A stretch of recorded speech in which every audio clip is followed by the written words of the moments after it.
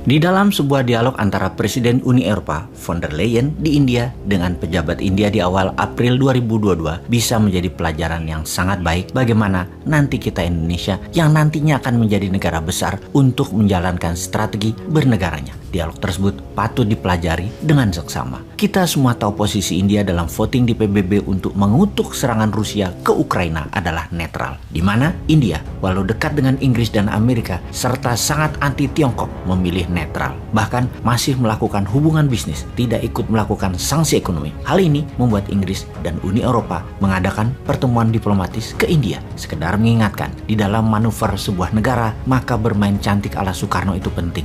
Namun sayang, hingga 6 presiden setelahnya masih belum menunjukkan jati diri bangsa Indonesia sebagai pemain global. Untuk itu, kita akan menjelaskannya. Kita contohkan India. Sebelumnya, kita jelaskan bagaimana Tiongkok bermain dalam percaturan politik dunia. Tiongkok seakan perang lawan Amerika. Namun transaksi terbesar dagang ternyata Tiongkok impor dan ekspornya ya ke Amerika. Begitu juga Amerika. Transaksi terbesar negaranya ya dengan Tiongkok, baik ekspor ataupun impor. Hal itu semua adalah secara dagang atau secara ekonomi. Namun secara ideologi Tiongkok dan Amerika berseberangan. Jadi yang perang adalah ideologinya, bukan dagangnya. Catat itu ya. Tiongkok yang komunis, Amerika yang demokratis itu sangat berlawanan. Secara ideologi mereka perang. Amerika ingin semua negara itu menjadi negara demokrasi. Tiongkok tidak mempromosikan komunisnya, namun mempromosikan bantuan dalam tanda petik uang yang di kacamata pertahanan negara adalah jebakan. Tujuannya untuk menciptakan ketergantungan pada Tiongkok. Dengan demikian, tujuan bernegara Tiongkok untuk menghidupi 1,5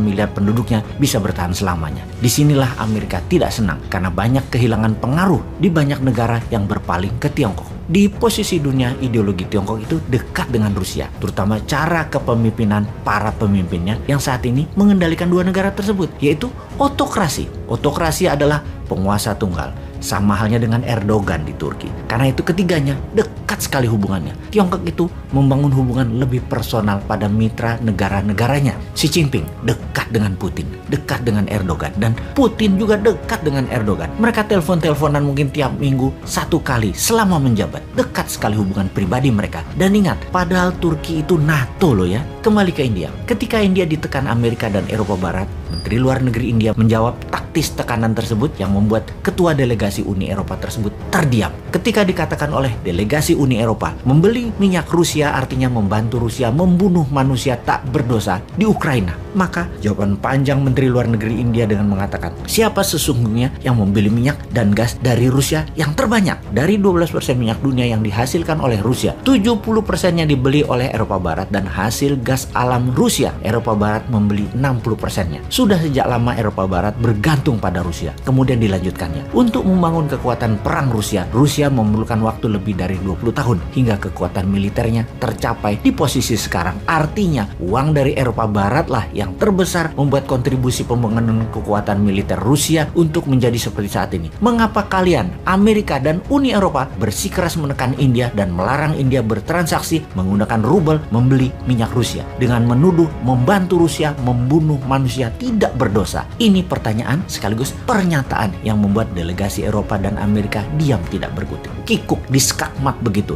Bahkan Menteri Luar Negeri India mengatakan, sampai hari ke-35 penyerangan Rusia ke Ukraina, kalian masih membeli gas Rusia dan membayar dengan rubel atau emas daripada resiko membuat negara Eropa Barat kalian jadi gelap atau kedinginan atau tidak bisa masak. Kalian tetap berhubungan dengan Rusia. Sekarang kenapa kalian tekan India? Apa hak kalian bangsa Eropa menekan India seperti itu? Kalian sudah memiskinkan India di abad 18 dan 19. Di mana masa itu India dan Tiongkok adalah dua negara Asia. Bahkan India di abad 17-18 tersebut adalah negara paling kaya di dunia. Dalam diskusi tersebut, Menteri India juga menyerang delegasi Inggris dengan mengatakan, kalian Inggris telah mencuri kekayaan India hingga membuat India miskin sebagaimana saat ini. Oh ya sahabat, saat ini India sedang menuntut Inggris dengan meminta kembali apa yang dilakukan Inggris ketika menjajah India. Inggris dituduh telah merampok India senilai 43 triliun US dollar atau senilai 330 kali APBN Indonesia sekarang. Sang menteri pun melanjutkan, kalian Inggris membuat India di masa kemerdekaan kemerdekaan selepas Perang Dunia Kedua menjadi negara termiskin dunia. Sekarang kalian mau mengatur India untuk taat pada kalian dan menentang Rusia. India adalah negara berdaulat. India bisa melakukan apapun tanpa ada yang boleh mendikte. Kalimat dari Menteri Luar Negeri India tadi demikian kuatnya sehingga menjadi pembicaraan dunia. Inilah yang kita, bangsa Indonesia, juga ingin mengatakan kepada dunia. Belanda telah merampok lebih dari 30 triliun dolar. Harus kita buat jera itu Eropa Barat. Indonesia harus menuntut dan meminta hak kita dengan menyuarakan kedaulatan negara Indonesia tanpa takut akan pengaruh Tiongkok, pengaruh Amerika, dan pengaruh Eropa untuk punya hak hidup sendiri di atas kaki sendiri. Kita tuntut mereka semua. Sulit kalau Indonesia pakai uang IMF karena ada uang Belanda di sana misalnya. Sulit kalau kita mau berdiri netral, beli minyak Rusia agar harga BBM rakyat murah karena 20% lebih murah beli minyak Rusia daripada minyak Arab dan minyak Amerika, agar Indonesia sungguhnya bisa lepas subsidi minyak. Karena takut ditekan Eropa Barat dan Amerika, kita tidak berani beli minyak Rusia. Tiap proyek saja bisa nggak tidak bergantung pada uang Tiongkok, tidak tergantung pada teknologi Tiongkok, tidak tergantung pada SDM Tiongkok, tidak bergantung pada hutang dolar Amerika, dan kendali politik luar negeri harus ikut kebijakan negara lain. Bisa nggak itu berhenti? Rindu rasanya memiliki negara yang utuh, dan inilah sebenarnya yang banyak di negara Afrika menginginkan. Perang deh lu di Eropa Timur. Di sisi Indonesia, kita harus punya rencana bernegara. Salah satunya membangun tanpa Tiongkok,